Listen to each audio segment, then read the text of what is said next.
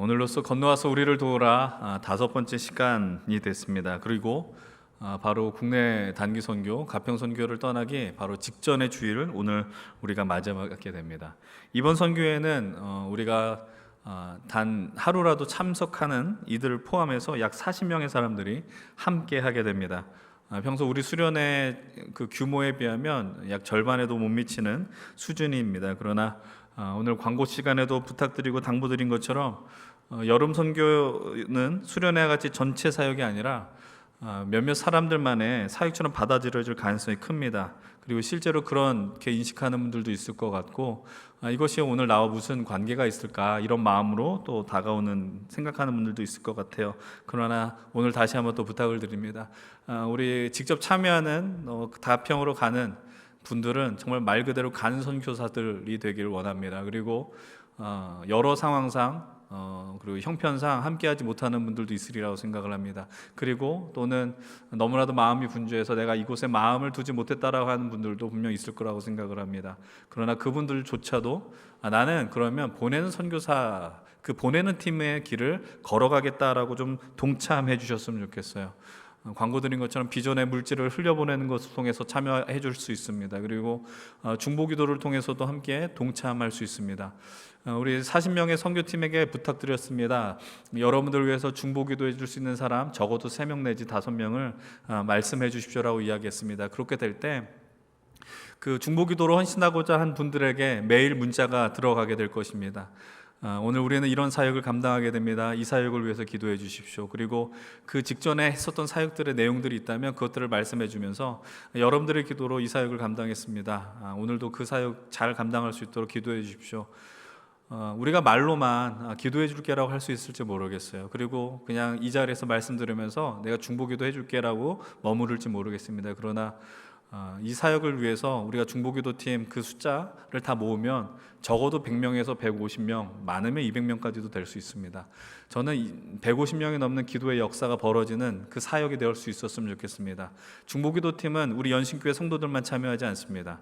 우리 청년들에게 다른 교회 다니는 친구들에게도 요청할 수 있고, 또는 어떤 부모님과 가족들에게도 요청할 수 있습니다. 가능한 분들, 특별히 목장 리더로 섬기거나 열정을 다해서 우리 공동체 헌신하는 분들은 반드시 여러분들의 목장에 선교를 가는 분들을 위해서 내가 당신을 위해 기도하겠노라 얘기해 주십시오. 그런데 그것도 또 요청드릴 게 있습니다. 한 분당 5명 이상은 맡지 마십시오. 왜냐하면 5명 이상 하게 되면은 사실 의미가 없게 되는 경우들이 있을 것 같아요. 그래서 그 한 사람 한 사람을 붙드시면서 꼭 기도해 주셨으면 좋겠습니다. 정말 앞으로 하나님께서 우리를 어떻게 인도하실지 모르겠지만 이걸 통해서 우리가 어떤 선교나 어떤 섬김의 범위들이 확장될 수 있었으면 좋겠어요. 그래서 올해처럼 우리 공동체의 전체로 따지면 한 30%, 25% 정도의 인원이 아니라 앞으로는 70%, 80%가 이 어떤 세상을 향해 나가는, 그것이 해외가 되었든 또 어떤 지역이 되었든 그 사역에 참여한 인원들이 더 많이 늘어나게 되길 소망합니다. 그리고 그렇게 될 것을 확신합니다. 그래서 여러분들 먼저 함께 이 마음의 자리, 이 선교의 자리, 기도로 물질로 동참해 주시기를 부탁을 드리겠습니다. 오늘 우리가 선택한 본문에는요 2가지 에피소드가 등장을 하게 됩니다. 첫 번째는 바울이 자신의 인생에 가장 아껴 썼던 제자이고 귀한 동역자인 디모데를 만나는 장면입니다. 루스트란 지역에서 만나게 되는데 오늘 본문 1절은 이렇게 이야기를 하죠. 함께 먼저 본문 1절 읽어보겠습니다. 바울이 더베와 루스트라에도 이르매 거기 디모데라 하는 제자가 있으니 그 어머니는 믿는 유대 여자요 아버지는 헬라인이라 라고 이야기를 해요. 디모데는 오늘식, 우리의 식으로 표현하면 다문화 가정에서 태어난 사람입니다.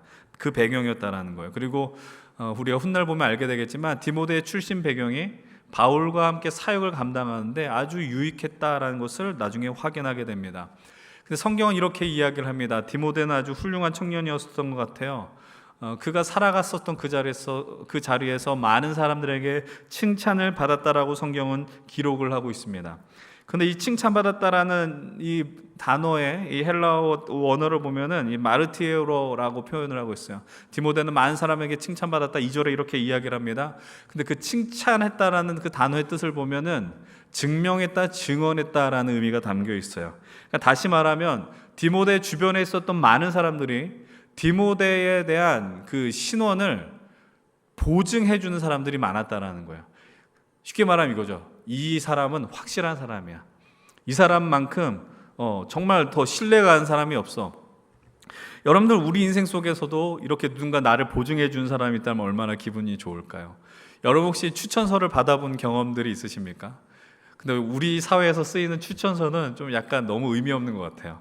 그냥 이 사람은 훌륭하고 막 이렇게. 근데 정말로 여러분들에게 마음을 다해서 내가 당신을 보증한다라고 해준 사람이 있다면 얼마나 기분이 좋겠어요.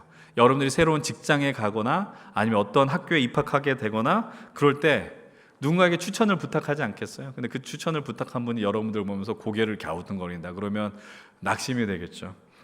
여러분들 우리에게 이 말씀을 나누는 게 누군가에게 잘 보이려고 사십시오라고 말씀드리는 건 아니에요. 그 말씀 드리는 것이 아니고 지난주 말씀드렸던 것처럼 구부라 구레네 몇 사람 있잖아요. 그러니까 누군가에게 기억되기보다 하나님 앞에 기억되기 위해 살아간 사람들이죠. 근데 그 마음의 태도, 그 믿음의 태도를 갖고 살아가게 되면요, 분명하게 이런 일이 벌어져요. 그러니까 사람들 앞에서가 아니라 하나님 앞에서 내가 온전하게 살아갈 때 결국은 사람들도 그것을 인정하게 되더라라는 거예요. 저는 여러분들이 그런 주변 사람들이 많이 있었으면 좋겠어요. 저는 어렸을 때 그런 걸 몰랐거든요. 근데 살다 보니까 그런 분들이 필요하더라고요. 여러분들의 신원을 보증해 줄 수 있는 사람들, 여러분들 삶의 태도, 그래서 누군가 그런 이야기를 합니다. 우리의 삶 그 자체가 이력서다라고 이야기를 하더라고요. 여러분들 오늘 하루하루가 조금은 좀 별로처럼 느껴져서 대충 살아야지. 근데 삶은 태도예요.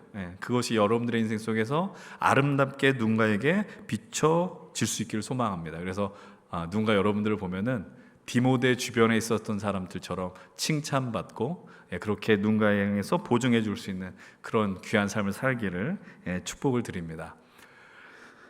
그런데 바울이 디모데를 데려갈 때 한 가지 예식을 치르게 하는 것을 보게 됩니다. 바로 할례이죠. 본문 3절은 이렇게 이야기를 하고 있습니다. 3절 같이 한번 읽어보겠습니다. 바울이 그를 데리고 떠나고자 할새 그 지역에 있는 유대인으로 말미암아 그를 데려다가 할례를 행하니 이는 그 사람들이 그의 아버지는 헬라에 있는 줄 다 알미러라. 바울은 디모데와 함께 사역하기를 원했습니다. 그런 가운데 바울이 디모데에게 할례를 받도록 인도했습니다. 근데 사람들은 알고 있었습니다. 디모데의 아버지가 헬라인이었다라는 겁니다. 이 표현은 뭐냐면 굳이 할례 받지 않아도 되는 사람인데 왜 받았느냐라는 거예요. 바울이 사역을 가려고 했었던 것은 유대인들이 많이 있었던 곳이었습니다. 유대인들은 여전히 장벽이 있었잖아요. 생각들의 장벽. 저 사람들이 할례를 받았나? 아니면 율법을 지키고 있는가? 되게 예민했었다라는 거예요. 그래서 굳이 할례를 받지 않아도 되는 디모데를 향해서 할례를 받게 하고, 그래서 가는 그 사람들이 복음을 받는데 거부감이 없도록 최선을 다했다라는 겁니다. 디모데에겐 이 문제가 크지 않았었던 것 같아요. 내가 할례를 행하든 행하지 않든 제일 먼저 돼야 하는 것은 바로 복음이 전해져야 하는 것이구나. 그 마음에 동의를 해서 디모데는 기꺼이 이 바울의 제안에 응했다라는 겁니다. 그리고 아주 멋지게 이 두 사람의 동행은 바로 사도행전 16장으로부터 시작되게 됩니다. 이것이 바로 오늘 전반부의 이야기이죠. 그럼 6절 이후에 나오는 내용은 어떤 것을 담고 있느냐? 바울이 마음을 품고 있었던 지역이 있었습니다. 바로 그것이 아시아라는 곳입니다.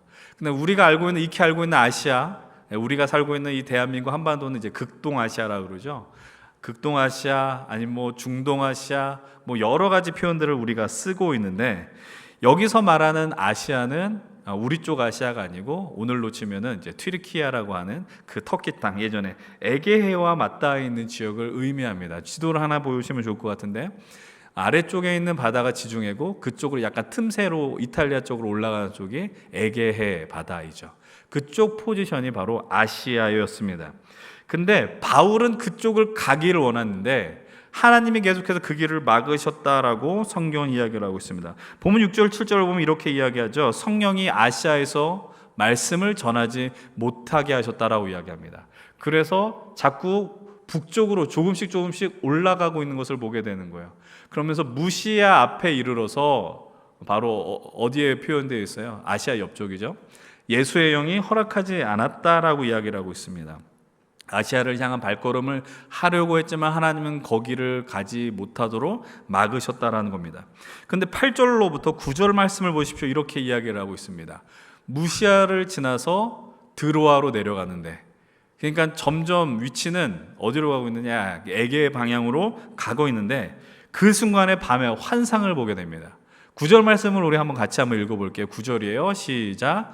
밤의 환상이 바울에게 보이니 마게도냐 사람 하나가 서서 그에게 청하여 이르되 마게도냐로 건너와서 우리를 도우라 하거늘. 마게도냐는 오늘로 치면 동유럽을 의미합니다. 유럽 쪽이죠. 동유럽 알바니아, 크로아티아 이런 국가들이 위치한 곳이 마게도냐 쪽인데, 바울이 생각했던 곳과는 완전히 다른 그 곳이었다라는 겁니다. 바울이 생각했던 사람의 이미지와는 다른, 오늘로 치면은 백인의 좀 키가 크고 콧대가 높은 사람이 환상에 나타나서 요청을 하고 있습니다. 건너와서 우리를 도와달라라는 겁니다. 이 장면이 우리 이 설교 시리즈의 타이틀의 모티브가 되는 본문이 되는 거죠. 마게도냐 사람이 청한다고 할 때 헬라어 원문은요, 강력하게 요청했다라고 이야기하고 있습니다. 정말 간절한 심정으로 바울을 찾았던 것 같아요. 그래서 바울이 그 환상 속에서 결정했어요. 그것이 바로 본문 10절인데 세 번역으로 한번 우리 같이 한번 읽어보겠습니다. 10절의 말씀이에요. 읽겠습니다. 시작. 그 환상을 바울이 본 뒤에 우리는 곧 마케도니아로 건너가려고 하였다. 우리는 마케도니아 사람들에게 복음을 전하기 위하여 하나님께서 우리를 부르신 것이라고 확신하였기 때문이다. 계속해서 아시아로 가는 그 길을 하나님이 막으셨어요. 그때 바울의 마음은 좀 서운한 감정도 있지 않았겠어요? 내가 하나님의 일을 감당하기 위해서 이 열정을 다해서 가는데 하나님 왜 그 길을 막으십니까? 여러분들에게도 혹시 이런 경험이 있으세요? 내가 하나님의 일을 하는데 왜 이렇게 일이 안 풀려요? 하나님, 나는 교회 헌신하고 이렇게 열심히 섬기는데 뭔가 잘 안 되는 것 같아요. 근데 그런 순간 속에서 바울이 하나의 환상을 보고 이제 확신하죠. 왜냐하면 너무나도 선명했기 때문이에요. 그러면서 내가 마케도니아로 갈 수 있는 그 길을 확신했다라고 10절을 통해 고백하고 있습니다. 오늘 우리가 본 이 말씀은요, 별로 길지도 않고 어려운 내용도 아닙니다. 첫 번째 본문은 뭐였어요? 바울이 새로운 동역자를 만났다라는 겁니다. 디모데를 만났다는 것이고, 두 번째 본문은 아시아로 가려다 길이 막히고 새로운 길이 열렸다, 마케도니아로 간 길이 열렸다라는 것을 보게 되었다라는 겁니다. 그래서 이것 때문에 이제 복음의 방향이 틀어졌죠. 유럽 선교의 길로 열려졌다라는 거예요. 근데 우리가 이 장면을 보기 전에 보면서 생각해야 되는 지점들이 있다라는 겁니다. 그게 뭐냐? 어떻게 이 새로운 길이 다 열렸냐라는 거예요. 바울이 생각하지도 못했었던 만남이 벌어졌고 바울이 예상하지 않았었던 그 길이 어떻게 열렸냐라는 거예요. 우리는 그것의 실마리를 바로 본문 직전에 나오는 15장 36절의 이하를 통해 확인하게 됩니다. 그 내용은 뭐냐? 안디옥 교회를 통해서 파송받은 두 사람이 있습니다. 그 유명한 바울과 바나바입니다. 바울과 바나바는 서로에게서 너무나도 귀한 동역자였습니다. 그런데 그들이 함께 위대한 사역을 이뤘어요. 첫 번째 선교 여행을 감당했습니다. 그러나 바나바의 조카 마가 요한의 문제로 인하여서 바울과 바나바는 심히 다투었다라고 성경은 증언하고 있습니다. 이 다툼의 원인에 대해서는 벌써 2년 전이요. 2년 전에 우리가 이 본문을 나누게 되었었어요. 어찌되었든 함께 선교의 길을 갔었던 사람이 깨졌습니다. 너무나도 슬픈 일입니다. 우리가 함께 믿음의 길을 가다가 어떤 마음에 불편함이 생기고 말다툼이 생겨서 헤어진다. 오늘 우리로 치면 네가 가든 내가 가든 교회를 떠난다. 얼마나 어려운 일이겠습니까? 그래서 성경은 이렇게 이야기를 하고 있습니다. 15장 39절로 41절인데요. 서로 심히 다투어 피차 갈라서니 바나바는 마가를 데리고 배 타고 구브로로 가고, 그러니까 길이 바뀐 거예요. 내륙이 아니라 해안가, 해변가 길로 가게 됐고요. 바울은 신라를 택한 후에 형제들에게 주의 은혜 부탁함을 받고 떠나서 수리아와 길리기아로 다니며 교회들을 견고하겠다라고 이야기합니다. 이 다툼으로 인해서 이제 선교의 이 방향, 이 길들이 나누어지게 되었다라는 겁니다. 마가와 함께 바나바는 섬 지역으로 떠나게 됐고, 바울과 신라는 내륙 지역으로 떠나게 됐다라고 이야기를 합니다. 한 배를 탔었던 이들이 그 팀이 깨어졌다라는 겁니다.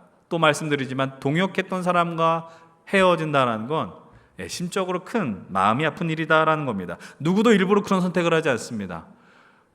너와 내가 헤어지면, 내가 믿음의 길을 같이 가는데 헤어지면 더 좋은 일이 있을 거야. 누구도 그렇게 이야기를 하지 않는다라는 겁니다. 그런데 이런 가운데서 하나님은 바울에게 예기치 않은 은혜, 복과 은혜를 허락하십니다. 바로 동역자를 만나게 하셨고 그리고 새로운 선교지의 길을 열어주셨습니다. 이 장면을 볼 때마다 늘 겸허하게 받아들일 수밖에 없는 주님의 말씀이 한 가지 떠올리게 됩니다. 너무나 잘 알고 있는 잠언 16장 9절의 말씀이죠. 우리 함께 9절 말씀 함께 읽어보겠습니다. 시작. 사람이 마음으로 자기의 길을 계획할지라도 그의 걸음을 인도하시는 이는 여호와시니라. 여러분 이거 인정하십니까? 마음으로 자기의 길을 계획할지라도 그 걸음을 인도하시는 분은 오직 하나님 외엔 없다라는 사실입니다. 바울의 계획이 다 틀어진 것 같습니다. 내가 이런 계획을 짰고 나는 아시아를 가기를 원했고 나는 바나바와 함께 다시 우리가 세웠었던 교회를 방문하긴 원했지만 그러나 그 계획이 다 틀어졌다라는 겁니다. 그런 가운데 하나님께서는 바울이 생각했던 것보다 아니요 오늘 우리에게도 마찬가지입니다. 우리가 생각한 것보다 더 놀랍게 인도하시고 역사하십니다. 제가 여러분들에게 단언컨대 분명하게 말씀드릴 수 있습니다. 이런 상황은 우리에게 생각보다 꽤 많이 있었습니다. 정말 많이 있었습니다. 그리고 단언컨대 여러분들이 이 자리에서 예배하는 것조차도 내 삶에 무언가 틀어지고 깨어진 것의 결과로 인해 왔다라는 것을 저는 분명히 말할 수 있습니다. 여러분 우리가 어떤 일을 앞두고 힘을 다해서 계획하고 준비했는데 그것이 틀어지면 좌절의 순간이 옵니다. 낙심하게 됩니다. 근데 돌아보면 그 틀어짐이 오히려 내게 복된 시간이 되었다는 것을 깨닫고 다행으로 여기고 감사한 시간들이 꽤 많이 있었습니다. 지난주 여러분들에게 말씀드렸던 것처럼 우리들이 너무나도 열심히 준비하면 열심히 준비하셔야 되고 열심히 살아가셔야 되지만 그 열심히 지나치다 보면 나의 의가 드러납니다. 그래서 하나님이 역사할 공간이 다 막혀 있을 수 있다는 거죠. 우리들 그것을 주의하셔야 됩니다. 그럴 수 있는 가능성이 우리에게도 있다는 겁니다. 근데 왜 오늘 이 말씀을 택하고 여러분들 이 메시지를 나누게 되었을까요? 이번 선교를 준비하면서 이 사역을 준비하면서 이 유사한 일이 벌어졌기 때문입니다. 물론 바울 수준 정도는 아니에요. 우리가 그저 바울이 이렇게 겪은 데미지를 우리들이 누린 건 아니지만 우리에게 놓여진 그 상황으로 인해서 하나님 앞에 또 겸손해야 되는구나를 또 고백하게 되었습니다. 이번 국내 선교를 준비하면서 기획했었던 사역들 중에 하나가 아마 세 덩어리로 여러분들한테 나누었었는데 첫 번째는 교회를 정비하는 사역입니다. 페인트를 칠하고 또 제초 작업을 하고 이런 작업들이었고 또 하나는 마을 섬김 사역, 마을 주민들에게 음식을 나눠드리고 또 봉사를 하는 거죠. 미용을 해드리거나 아니면 그분들에게 또 좋은 무언가를 제공해드리는 사역. 그리고 그 마지막으로 우리가 생각했었던 사역 중에 하나가 다음 세대 사역이었습니다. 그 교회에 있는 교회학교 고등학생도 없고요, 중학생까지 약 13명, 많으면 15명 그들을 위한 사역이었습니다. 그래서 그에 맞춰 팀장을 세우고 팀을 꾸리고 준비하려고 했습니다. 그런데 정목교회 목사님과 이제 줌을 통해서 화상회의를 하다가 한 가지로 확인했습니다. 그것은 바로 많은 숫자의 아이들은 아니었지만 그들이 다 학교가 달랐더라고요. 그래서 초등학교 이렇게 학교가 다르고 근데 그 아이들의 방학 일정이 다 달랐다는 거예요. 그래서 우리가 가는 그 선교 일정에 방학을 하는 애들도 있었으나 아직 방학을 하지 않는 애들도 있었다. 그래서 이제 방학 대부분 절반 이상이 우리 선교 끝나고 나서 방학했다. 그런 이야기를 듣게 되었습니다. 그래서 결론은 우리가 기획하고 준비한 이 사역이 무산되었다라는 겁니다. 물론 우리가 그 사역을 하지 못하더라도 그 아이들에게 좀 좋은 추억이 될 만한 어떤 굿즈를 준비해서 주려고 해요. 우리가 준비한 티셔츠라든지 선물들은 좀 나눠주려고 하는데 우리가 사역을 계속 정목교회에서 하지 못하더라도 그 아이들에게 좋은 추억을 좀 남겨주고 싶은 마음은 있습니다. 그래서 교회학교 사역이 무산됐어요. 무산되니까 이제 그 가운데 목사님께서 정목교회 목사님이 한 가지 사역을 우리에게 요청하셨습니다. 그것이 무엇이냐면 마을 전도 사역이었습니다. 목사님께서 그 교회에 부임하신 지가 거의 7년 정도 되시는 것 같아요. 그런데 그 마을에 가셔서 직접적으로 어떤 마을 전도를 하지 못한 게 좀 아쉽다라고 하셔서 그럼 우리들이 와서 우리 연신교회 청년들이 와서 좀 전도를 하면 어떨까라고 제안했습니다. 그리고 우리는 그 부르심에 순종하며 이제 이 사역을 지금 준비하고 있습니다. 마치 오늘 본문에서 바울이 환상에서 마게돈 산을 보면서 건너와서 우리를 도우라라고 요청한 것처럼 우리는 그 요청에 또 반응했다는 겁니다. 그런데 여기서 좀 솔직하게 여러분들에게 드릴 말씀이 있습니다. 그것은 뭐냐? 사실 이번 선교를 준비하면서 사역을 계획할 때요, 이 마을 전도에 대한 마음이 없었던 건 아니었습니다. 근데 우리가 소위 말해서 노방 전도라고 이야기를 하죠. 노방 전도 아니면 이제 축호 전도라고 이야기합니다. 가가오 방문해서 하는 것들.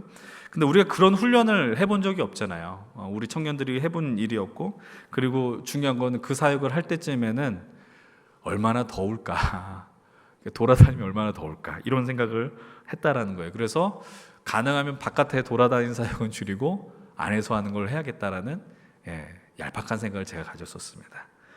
근데 하나님께서는 그 얄팍한 생각을 아셨는지 우리로 하여금 한 가지 사역을 막으시고 새로운 길을 열어주셨습니다.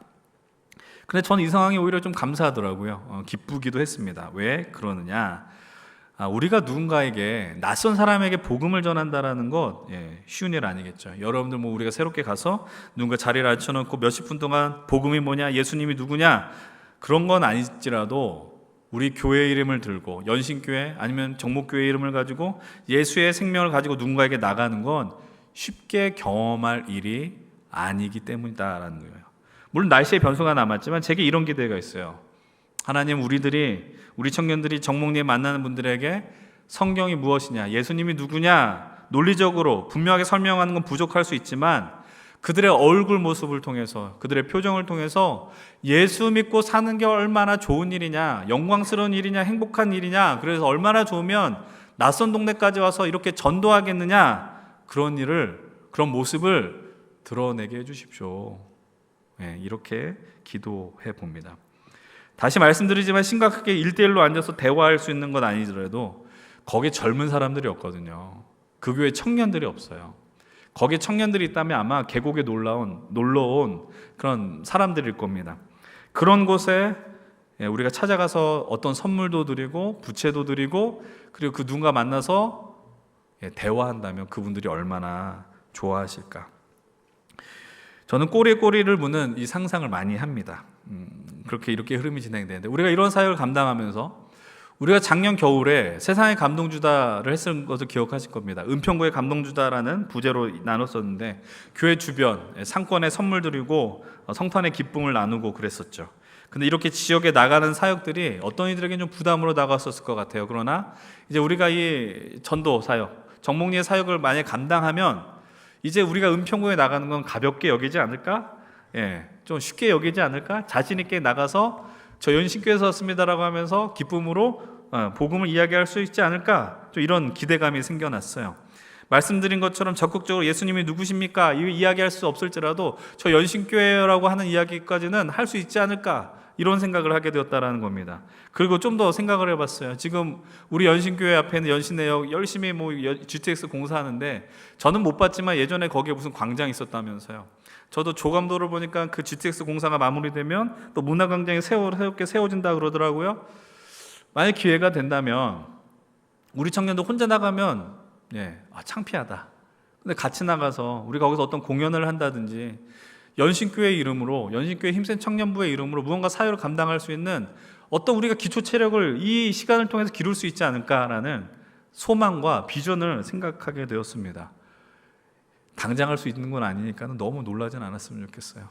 저도 당장 할 생각은 없지만, 그러나 이런 사역들의 경험들이 우리를 하나님께서 새로운 길로 분명히 인도하실 것이다, 이런 기대를 갖게 돼요. 하나님께서 우리를 어떻게 인도하실지는 모르겠지만 결론적으로 제 마음에 드는 결론의 확신이 또 있습니다. 그것은 무엇이냐?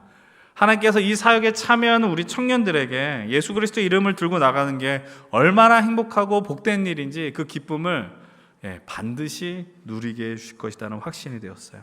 처음에는 전도하면 부담될 거야, 이 사역하면 힘들 거야. 그런데 저는 단언컨대 이것도 확신해요. 나가서 마을 어른들에게 몇 분 대화하고 내가 그 사람을 당장 교회에 데리고 나오지 않더라도 기쁠 거라는 거예요. 왜 기쁠까? 이미 지난주에 우리 그 말씀을 봤어요. 여러분, 복음이 들려진 곳에, 하나님의 생명이 있는 곳에 기쁨이 일어난다라고 말씀드렸어요. 사도행전 8장 5절로 8절 뭐라고 말씀드렸습니까? 빌립이 사마리아 성에 내려가 그리스도를 백성에게 전파하니 그 성에 큰 기쁨이 있었다라는 게 뭐라고 이야기했어요? 쟁취하는 거 아니라 그랬잖아요. 자연스럽게 일어나는 거라고 말씀드렸어요. 빌립을 통해서 세례를 받은 에티오피아 관리는 뭐라고 표현해요? 39절이죠. 둘이 물에서 올라올 때 주의 영이 빌립을 끌어갔고 내시는 기쁘게 길을 갔다라고 이야기를 해요. 복음이 있으면요, 생명이 있으면요, 기쁜 거예요. 여러분 교회 다니는데, 여러분 예수님 믿는데 안 기쁘면 이런 이야기를 목사에게서 그러면 속으로 당신이 잘해야지라고 할 말은 없지만 문제가 있는 거죠. 기뻐해야 합니다. 예수님을 만나면 우리 안에 참 기쁨이 있어요. 왜냐하면 절망과 힘듦과 어려움 속에서 살 길을 발견하거든요. 예수 그리스도로 우리는 소망을 발견하게 된다는 거예요. 근데 이 일은 잘 돼서만 기쁜 게 아니라는 거죠. 여러분 사도행전 13장 50절 52절은 이렇게 이야기를 해요. 바울과 바나바가 열심히 복음을 전했는데 쫓겨났다라고 이야기를 해요. 사람들이 선동해가지고 이 사람 필요 없다고 선동한다고요. 그러면서 두 사람이 그들 향해 발에 티끌을 떨어버리고 이고니오로 갔다. 그러면서 뭐라고 이야기합니까? 52절 같이 읽어봅니다. 제자들은 기쁨과 성령이 충만했다라고 이야기를 합니다. 여러분 복음을 전하는데 실패했어요. 우리는 반드시라고 하면 안 되겠네요. 나가서 그 사람들에게 복음을 전해요. 정봉지 사람을 만나서 복음을 전해요. 그 사람들이 교회에 올 가능성 제가 볼 때 1%면 정말 많은 거예요. 그런데도 기쁘다니까요. 왜냐하면 우리가 예수 그리스도의 생명과 기쁨을 담고 복음을 담고 그들에게 대화를 하니까, 예수님이 살아있음을 내 안에서 충만하게 누리니까, 내가 그곳에서 그 사람들이 당장 반응하지 않더라도 우리가 참 기쁨과 생명이 넘치더라라는 거예요. 복음의 자리는 결과가 우리를 좌우하지 않아요.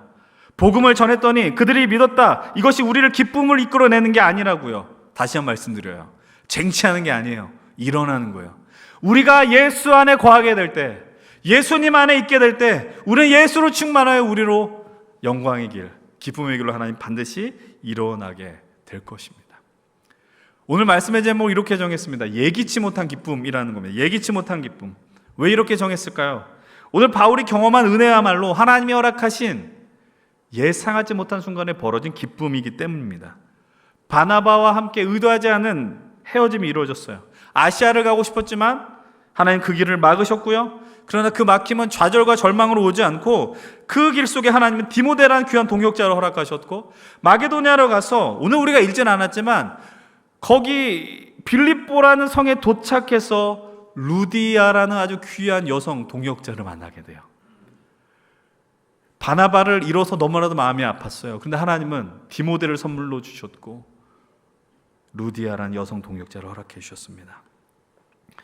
여러분, 그럼 우리에게 인생에 있어서 디모데를 만나려고, 루디아를 만나려고 나와 가까운 동역자와 싸워야지, 그게 아니라는 거예요. 여러분, 우리 삶 속에서 바울이 할 수 있었던 거는 뭐 할 수 있는 게 없어요. 그냥 그 상황을 받아들이는 거죠. 바울도 한 성격 하니까 싸웠겠죠. 본인이 못한 걸 어떠겠어요. 그냥 그걸 받아들일 수밖에 없다고요. 근데 우리도 마찬가지예요. 우리가 열심히 계획할지라도 우리의 계획이 틀어졌지만 그냥 우리는 하나님이 맡겨진 그 길을 그냥 걸어가는 것밖에 없다는 거예요. 근데 그 길을 걸어갔더니 하나님께서는 바울에게, 그리고 오늘 우리 힘센 청년 공동체에게, 오늘 이 자리에 함께한 예배자들에게 반드시 예기치 못한 기쁨을 허락해 주실 것을 믿습니다. 그것이 그 현장 속에서, 심지어 우리가 선교를 가서 현장 속에서 계획한 대로 안 될지도 모르겠어요. 제가 일기에 보니까 선교 일정 내내 비 오던데요. 그럼 어떻게 될지 저도 모르겠어요. 야외에서 뭐 마켓을 하거나 어르신들 뭐 음식을 대접하거나 우리가 돌아다닐 때 어떤 일이 벌어질지 모르겠어요. 그러면 계획이 다 어그러질지도 모르겠어요. 그런데 제가 반드시 이야기할 수 있는 건 이거예요. 어그러졌지만 우리가 하나님 안에 있게 되면, 우리가 그 어그러진 순간에도 하나님을 붙들고 있다면 하나님 반드시 우리에게 큰 기쁨을 주실 것입니다. 여러분들, 그것이 여러분들 지금 있는 그 자리가 여러분들 그 결과물이에요. 계획한 대로 있었으면 여러분들 여기 있지 않았을 거예요. 다 떠나고, 나는 한 대로 다 되던데, 나는 너무나도 유능해서 내 길대로 다 되던데, 이런 교만한 마음이 없었겠습니까? 여러분 기억하십시오. 반드시 하나님은 우리로 하여금 예기치 못한 기쁨을 허락해 주실 것입니다. 그리고 지금까지 제가 막 설교를 하면서 난 이 사역 감당하지 않는데, 그렇던 분들, 여러분들의 마음에 어떤 사명을 드리겠습니다. 반드시 기도의 자리로 나오십시오. 이번 주 수요일에 있게 된 중보 기도의 자리, 그리고 다음 주에 목장 모임 대신 함께하는 우리 모든 전체의 힘센 기도회, 그 자리를 통해서 함께 이 사역의 마음을 모아주세요. 정말 부탁드립니다. 여러분들 함께 기도할 때 예기치 못한 기쁨은 기도하는 이들에게도 반드시 임하게 될 것입니다. 그리고 혹시 이 선교와 상관없이 여러분들 인생 속에 좀 무언가 막히고 여러분 계획한 대로 어그러져서 낙심하는 분들 계십니까? 좀 좌절한 분들이 계십니까? 힘이 빠지신 분들이 계십니까? 예, 주님을 붙드십시오. 주님 안에 있으십시오. 그렇게 될 때 하나님은 반드시 우리에게 예기치 못한 기쁨을 우리에게 허락해 주실 것입니다. 예, 그 기쁨으로 충만한 인생들이 되십시오. 그래서 여러분 기대하십시오. 하나님 나라를 산다는 것, 이런 기대로 충만한 겁니다. 예, 벗어나지 마십시오. 함께 이 길을 걸어 가시길 축복합니다.